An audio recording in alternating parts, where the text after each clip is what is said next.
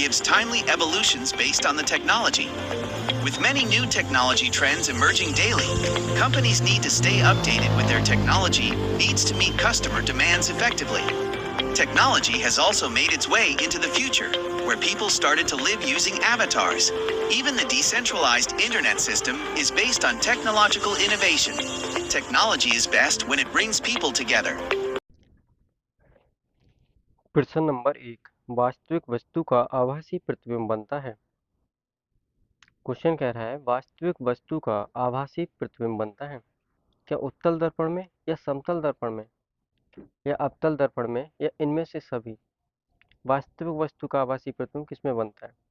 तो इसका right answer हो जाएगा समतल दर्पण से। वास्तविक वस्तु का आभासी प्रतिबिंब बनता है समतल दर्पण से। चलिए बढ़ते हैं अगले प्रश्न की तरफ। प्रश्न नंबर 2, वास्तविक वस्तु का हमेशा सीधा प्रतिबिंब बनाने वाला दर्पण होता है। क्वेश्चन कह रहा है वास्तविक वस्तु का हमेशा सीधा प्रतिबिंब बनाने वाला दर्पण होता है। ऑप्शन ए समतल उत्तल या अवतल, ऑप्शन बी समतल अवतल, ऑप्शन सी उत्तल अवतल, ऑप्शन डी समतल उत्तल। इनमें से कौन सा सही है? तो इसका राइट आंसर होगा समतल और उत्तल। वास्तविक वस्तु का हमेशा सीधा प्रतिबिंब बनाने वाला दर्पण होता है समतल उत्तल। ठीक है, तो इसका राइट ऑप्शन होगा डी समतल उत्तल। बढ़ते हैं अगले प्रश्न की तरफ। प्रश्न नंबर 3, वास्तविक प्रतिबिंब की प्रकृति कैसी होती है? वास्तविक प्रतिबिंब की प्रकृति कैसी होती है? उल्टा या सीधा और उल्टा या इनमें से कोई नहीं।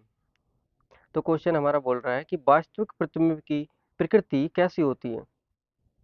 तो इसका राइट आंसर हो जाएगा उल्टी, हमेशा उल्टी होती है। वास्तविक प्रतिबिंब की प्रकृति हमेशा उल्टी होती है, तो इसका राइट ऑप्शन हो जाएगा ए उल्टा। चलिए बढ़ते हैं अगले प्रश्न की तरफ। प्रश्न नंबर 4, वस्तु से छोटा प्रतिबिंब बनाना है। वस्तु से छोटा प्रतिबिंब बनाता है। वस्तु से छोटा प्रतिबिंब बनाता है। उत्तल दर्पण बनाता है या अवतल दर्पण या समतल दर्पण, उत्तल दर्पण और अवतल दर्पण, इनमें से कौन सा सही है बताइए। वस्तु से छोटा प्रतिबिंब कौन बनाता है? तो इसका राइट आंसर है उत्तल दर्पण और अवतल दर्पण। उत्तल दर्पण और अवतल दर्पण वस्तु से छोटा प्रतिबिंब बनाते हैं। ठीक है, तो इसका राइट ऑप्शन हो जाएगा डी उत्तल दर्पण और अवतल दर्पण। चलिए बढ़ते हैं अगले प्रश्न की तरफ।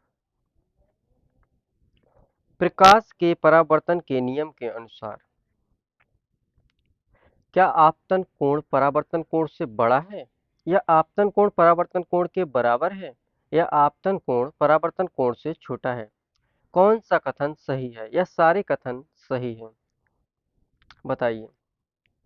प्रश्न कह रहा है कि प्रकाश के परावर्तन के नियम के अनुसार आपतन कोण परावर्तन कोण से बड़ा है या आपतन कोण परावर्तन कोण के बराबर है या आपतन कोण परावर्तन कोण से छोटा है।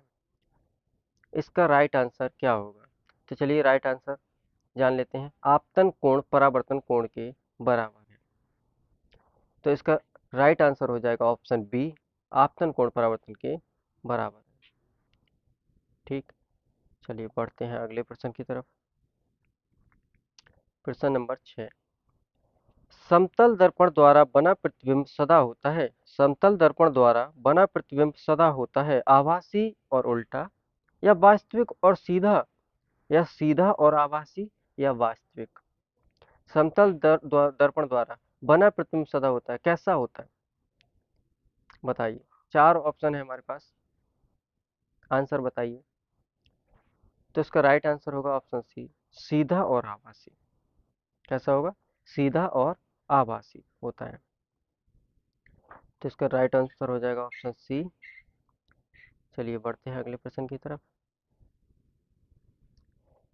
प्रश्न नंबर 7, आंख में प्रवेश करने वाले प्रकाश की मात्रा को नियंत्रित करता है। आंख में प्रवेश करने वाले प्रकाश की मात्रा को नियंत्रित करता है परतालिका या पुतली या लेंस या पक्षापेशियां। आंख में प्रवेश करने वाले प्रकाश की मात्रा को नियंत्रित करता है, कौन नियंत्रित करता है? परतालिका या पुतली या लेंस या पक्षापेशियां। तो इसका राइट आंसर हो जाएगा परतारका।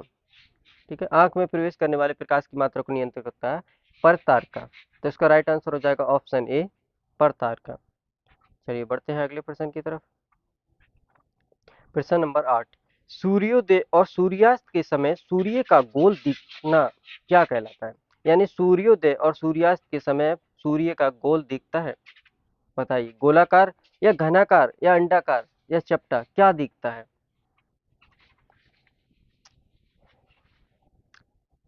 चार ऑप्शन है हमारे पास जी।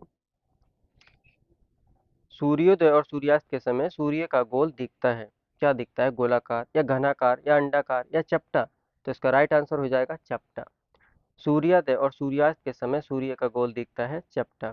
तो इसका राइट आंसर हो जाएगा डी, चपटा। चलिए बढ़ते हैं अगले प्रश्न की तरफ। प्रश्न नंबर 9, यदि दर्पण में बना प्रतिबिंब हमेशा सीधा आकार में वस्तु के बराबर है तो दर्पण है। यदि दर्पण में बना प्रतिबिंब हमेशा सीधा आकार में वस्तु के बराबर है तो दर्पण है। ऑप्शन ए अवतल, ऑप्शन बी उत्तल, ऑप्शन सी समतल, या इनमें से कोई नहीं। बताइए कौन सा ऑप्शन हमारा बिल्कुल भी सही है? तो इसका राइट आंसर हो जाएगा ऑप्शन सी, समतल। ठीक है, तो क्या हो जाएगा? ऑप्शन सी बिल्कुल भी सही है।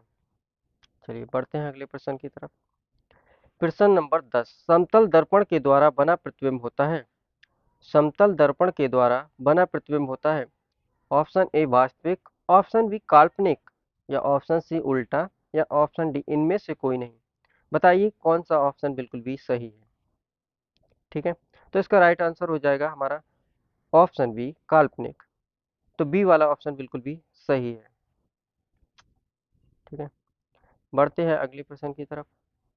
प्रश्न नंबर 11, निम्न में से कौन सा पदार्थ लेंस के लिए प्रयुक्त नहीं किया जा सकता है? निम्न में से कौन सा पदार्थ लेंस के लिए प्रयुक्त नहीं किया जा सकता है? बताइए जल या मिट्टी या प्लास्टिक या कांच? बताइए, चार ऑप्शन है हमारे पास, इनमें से सही बताइए कि कौन सा सही है, कि कौन सा पदार्थ है जो लेंस के लिए प्रयुक्त में नहीं किया जाता है। तो इसका राइट आंसर हो जाएगा ऑप्शन बी, मिट्टी। ठीक है, निम्न में से कौन सा पदार्थ लेंस के लिए प्रयुक्त नहीं किया जा सकता? तो मिट्टी प्रयुक्त में नहीं लाई जाती है। तो इसका राइट आंसर हो जाएगा हमारा ऑप्शन बी। चलिए बढ़ते हैं अगले प्रश्न की तरफ। प्रश्न नंबर 12, उत्तल लेंस की क्षमता होती है। उत्तल लेंस की क्षमता होती है। ऑप्शन ए ऋणात्मक, या ऑप्शन बी धनात्मक, या ऑप्शन सी शून्य, या कोई अन्य। बताइए उत्तल लेंस की क्षमता क्या होती है? तो इसका राइट आंसर हो जाएगा ऑप्शन बी, धनात्मक। ठीक है, उत्तल लेंस की क्षमता होती है धनात्मक होती है। ठीक है, तो बी वाला ऑप्शन बिल्कुल भी सही है। बढ़ते हैं अगले प्रश्न की तरफ। प्रश्न नंबर 13, लेंस की क्षमता का एसआई मात्रक होता है। लेंस की क्षमता का एसआई मात्रक होता है। Option A metre, option B metre two, option C dioptre, या इनमें से अन्य। कौन सा सही होता है? बताइए इनमें से कौन सा सही है? लेंस की क्षमता का एसआई मात्रक है, बताइए। चलिए, तो इसका राइट आंसर हो जाएगा डायोप्टर, ऑप्शन सी डायोप्टर। तो सी वाला ऑप्शन हमारा बिल्कुल भी सही है। चलिए बढ़ते हैं अगले प्रश्न की तरफ। प्रश्न नंबर 14, पानी से भरी बाल्टी की गहराई कम दिखती है, इसका क्या कारण है? पानी से भरी बाल्टी की गहराई कम दिखती है, इसका क्या कारण हो सकता है? ऑप्शन ए पूर्ण आंतरिक परावर्तन के कारण, या बी अपवर्तन, या सी परावर्तन, या इनमें से कोई नहीं। किसके कारण पानी से भरी बाल्टी की गहराई कम दिखती है? इसका क्या कारण हो सकता है?